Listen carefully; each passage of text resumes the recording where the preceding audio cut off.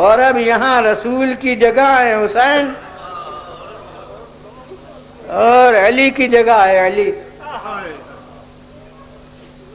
وہ دادا تھے جو علی تھے اور یہ پوتا ہے جو علی ہے، اور وہ جسے آپ علی اکبر کہتے ہیں. اور تقریباً اتنی ہی عمر ہے جو ہجرت میں ان کی تھی، یعنی وہ میں نے عرض کیا وہ تو مسلم بات کے 23 برس کی عمر تھی. اب جناب علی اکبر مشہور روایت 18 برس اور بہت سے علماء کی تحقیق میں 25 برس. یہ وہ 18 برس ہے تو ابتدائے جوانی ہے اور یہ 25 برس ہے تو کمال جوانی ہے. اور اب علی کی عمر ہجرت سے زیادہ قریب ہی ہے، وہ 23 اور 25 میں تو تھوڑا ہی سا فرق ہے. غرض مکمل شباب. تو اب جو میں نے حضرت علی کے متعلق عرض کیا کہ شباب کے میں انسان بامراد ہوتا ہے اور وہ حسرتیں ہوتی ہیں، وہی سب یہاں.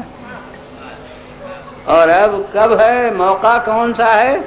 راہ کربلا ہے.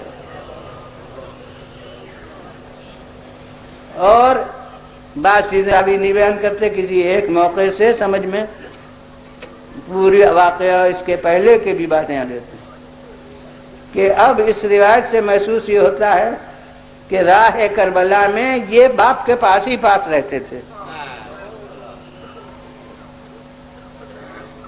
کہ ایک دفعہ مولا قربو سے نیند پر سر رکھ کے ذرا آرام فرمایا تھا، سو گئے تھے کہ آنکھ کھلی تو زبان پر تھا انا للہ وَإِنَّا إِلَيْهِ رَاجِعُونَ. یہ کلمہ ہے جو مصیبت کے وقت پر قرآن مجید کی ہدایت کے مطابق اہل ایمان بھی زبان پر جاری کرتے ہیں. بس فوراً علی اکبر پاسی تھے، یہ آئے اور بابا یہ اس وقت اس کلمے کے زبان مبارک پر جاری کرنے کا سبب کیا ہوا؟ اب آپ بتائیں گے آپ نے خواب دیکھا تھا، تو میں بارگاہ حسینی میں عرض کروں گا کہ خواب آپ نے دیکھا تھا تو علی اکبر بیان کرنے کی ضرورت کیا ہے؟ مثلاً کوئی جواب دے دیجئے. مگر حضرت امام حسین السلام شاید میرے جواب میں فرمائیں کہ اگر ابراہیم نے اسماعیل سے نہ بیان ہوتا تو میں اپنے علی اکبر سے بیان نہ کرتا. اور انہی مجالس میں ایک سال آیا ابتلا موضوع رہا ہے تو اس میں شاید میں نے عرض کیا ہو کہ کیوں ابراہیم نے اسماعیل سے خواب بیان کیا.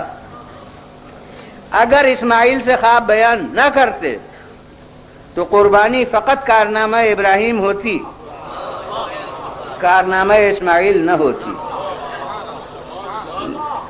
لیکن جب اسماعیل سے خود مختارانہ طور پر بیان کر دیا اور پھر انہوں نے جواب دیا کہ یا ابت افعل ما تؤمر ستجدنی انشاءاللہ من الصابرین، جو حکم ہو رہا ہے اس کی تعمیل کیجیے، اللہ نے چاہا تو مجھے صبر کرنے والوں میں سے پائیے گا.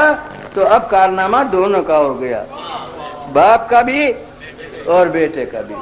ویسے ہی حضرت امام حسین السلام اگر خواب جو دیکھا تھا اسے بیان نہ کرتے علی اکبر سے تو اس کے معنی یہ ہے کہ علی اکبر وہ اسماعیل کی طرح سے قبل سے اپنے عزم کو ظاہر نہ کر سکتے. اب وقت پر مصیبت آتی تو لوگ کہتے کہ وہ تو اتفاقی ہنگامی ایک صورتحال تھی جو پیدا ہو گئی. تو اب مولا وہ خلیل کربلا ہوتے ہوئے اپنے ذبیح سے اس خواب کو بیان فرما دیتے ہیں. اور وہی انداز امتحان جو رسول کے یہاں تھا ہے کہ کیفا صبر کا، تمہارا صبر کیسا ہے؟ اور وہی جو ابراہیم کے یہاں تھا کہ انہوں نے یہ نہیں کہا کہ مجھے حکم ہو رہا ہے، انہوں نے یہ کہا میں نے خواب دیکھا ہے، وہی سنت ہے جو حضرت میں، یہ سب ایک ہی ہستیاں ہیں، ایک ہی سلسلے کی، ایک ہی انداز سب کا ہوتا ہے کہ اب یہ اپنے ذبیح کے سامنے اسے بس خواب کہہ کے بیان فرما رہے ہیں، اور بطور تصور مصیبت اس پر انا للہ وَإِنَّا إِلَيْهِ راجعون بھی فرمایا ہے۔ یہ سب تمہید ہے علی اکبر سے جواب سننے کی کہ اب پوچھتے ہیں یہ کہ آپ نے یہ کلمہ اس زبان پر کیوں جاری فرمایا؟ آپ نے میں کچھ نہیں، میں نے ابھی خواب میں دیکھا کہ یہ صدا آ رہی ہے، کوئی کہہ رہا ہے کہ یہ لوگ جا رہے ہیں اور موت ان کے ساتھ ساتھ جا رہی ہے۔ بس یہ حضرت ابراہیم کے جو اس وقت وارث ہیں انہوں نے خواب بیان کیا، تو جیسے حضرت علی نے ایک دم جواب نہیں دیا تھا، پہلے ایک سوال کر لیا تھا کہ کیا یہ ہمارے دین کی، میرے دین کی سلامتی کی حالت میں ہوگا؟ بالکل اسی طرح علی اکبر ابھی جو کچھ کہنا ہے بعد میں وہ نہیں کہتے، ابھی ایک سوال کیے لیتے ہیں، اور وہ یہ کہ السنا اللہ کے بابا ہم حق پر تو ہیں، یہ بتا دیجئے ہم حق پر تو ہیں۔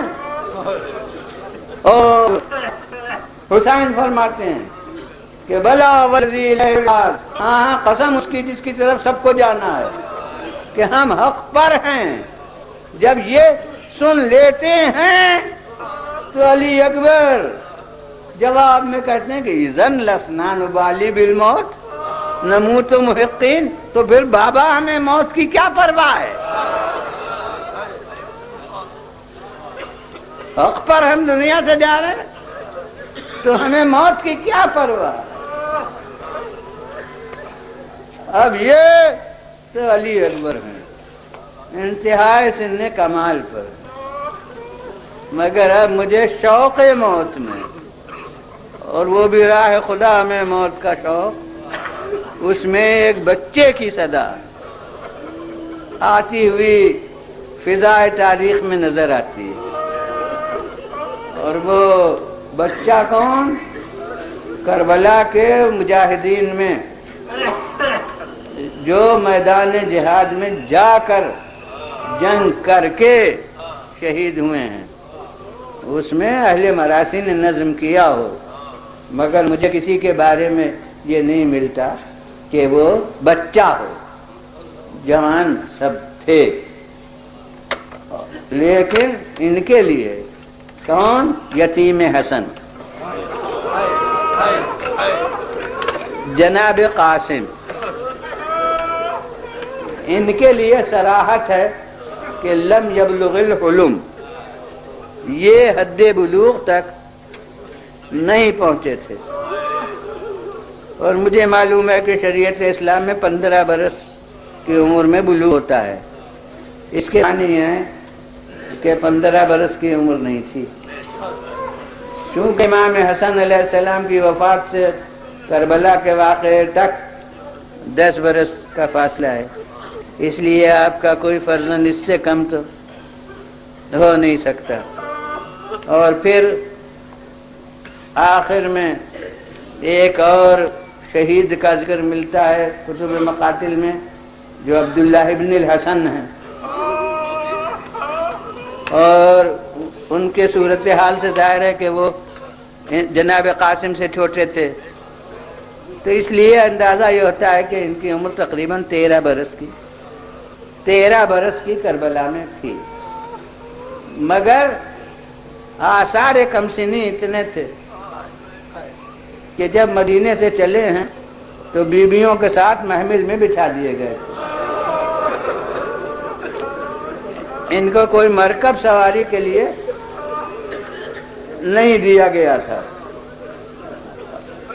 میں کہتا ہوں کہ یہ حسرت تو کربلا میں پوری ہوئی کہ شاید وہ پہلی سواری تھی جو لے کر منزل شہادت تک گئی، اور ایک اور کم سنی کے تقاضے سے یہ ہو گیا کہ جو میدان جنگ میں گیا اس کے جسم پر زرہ تھی، مگر قاسم میدان جنگ میں گئے تو ایک کرتا پہنے ہوئے تھے۔ یہاں ہمارے بعض اکابر علماء نے یہ سوال اٹھائے ممبر پر، وہ ذاکری فرماتے تھے، انہوں نے کہا کہ میں مولا سے عرض کروں گا کہ بھتیجے کو بھیجا تھا تو زرہ تو پہنا دی ہوتی، تو امام جواب میں فرمائیں گے کہ عرب میں اس عمر کے بچے جنگ کہاں کرتے ہیں جو زرہ تیار ہوتی ہو اس عمر کے بچوں کے لیے، تو میں زرہ کہاں سے لاتا؟ تو غرض ایسے کمسن ہے۔ اور چرچا واقعہ کربلا کا تو گھر میں برابر رہتا ہی تھا، اور جب رسول اطلاع دے چکے تھے اپنے دور میں، تو اب گھر والوں کے لیے یہ راز کہاں تھا؟ تو جب چرچا ہوتا تھا تو اب غور فرمائیے کہ خاندان رسالت کا بچہ ہے، جانتا ہے کہ عمر کی قید ہے جہاد اسلامی میں۔ ہاں ایک غلط فہمی دور کر دوں کہ زیادتی عمر کی قید نہیں ہے، مگر اس طرف کمی کی حد میں قید ہے۔ بہت سے بچے جوش میں بدر میں آنا چاہتے تھے، احد میں آنا چاہتے تھے، حالات صحابہ میں ہے کہ رسول واپس دیتے تھے کہ یہ ابھی بچہ ہے، ابھی یہ اس لائق نہیں ہے کہ اس کو جہاد میں لایا جائے، تو عمر کی قید ہے۔ تو قاسم چونکہ کمسن تھے اس لیے نہ جانے کب کب ان کو فکر ہوتی تھی کہ کہیں میری کمسنی میری بدنصیبی کا باعث نہ ہو جائے۔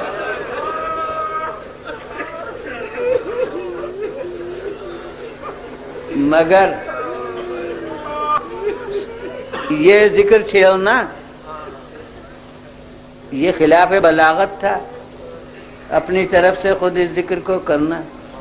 جب شب عاشور مولا نے وہ خطبہ پڑھا کہ کل روزے قربانی ہے اور جسے میرا ساتھ چھوڑ کر جانا ہو وہ چلا جائے، اب اس پورے واقعے کو اس وقت عرض نہیں کرنا ہے، اور یہاں تک فرما دیا کہ میرے عزیزوں کا بھی ہاتھ اپنے ہاتھ میں لے لو، یعنی کوئی عباس کو اپنے ساتھ لے جائے، کوئی علی اکبر کو لے جائے۔ اور اگر یہ جملہ نہ فرماتے تو مجھے یقین ہے کہ سب سے پہلے مسلم ابن اوسجا کھڑے ہوتے، مگر چونکہ مولا نے یہ جملہ کہہ دیا تھا تو اصحاب جیسے کشمکش میں پڑ گئے تھے کہ کیا جواب دیں، یعنی مولا نے جیسے ایک کام بھی اپنا سپرد کر دیا، اب کہیں کہ جائیں گے یا نہیں جائیں گے۔ اس رکاوٹ کو دور کیا ابو الفضل عباس نے کھڑے ہو کے،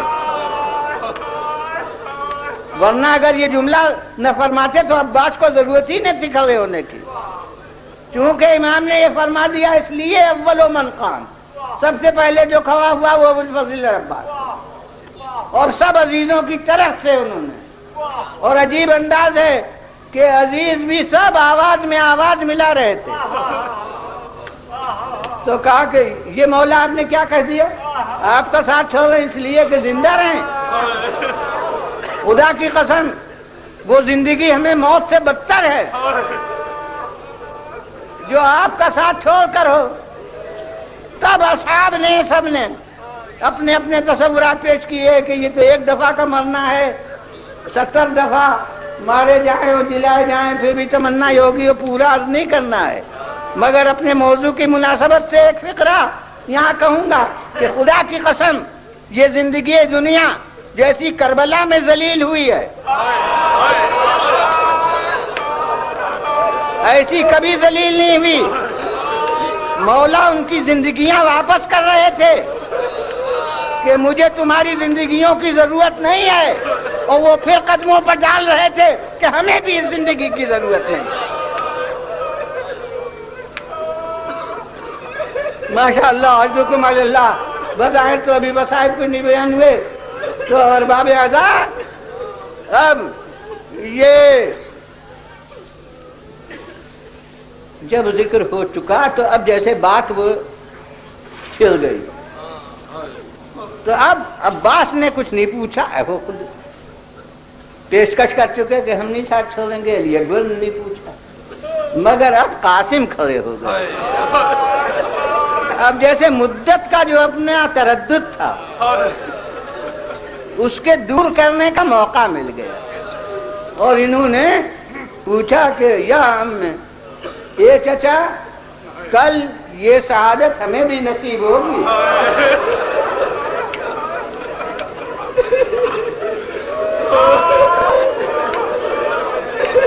امام نے ارشاد فرمایا ابھی جواب نہیں دیتے.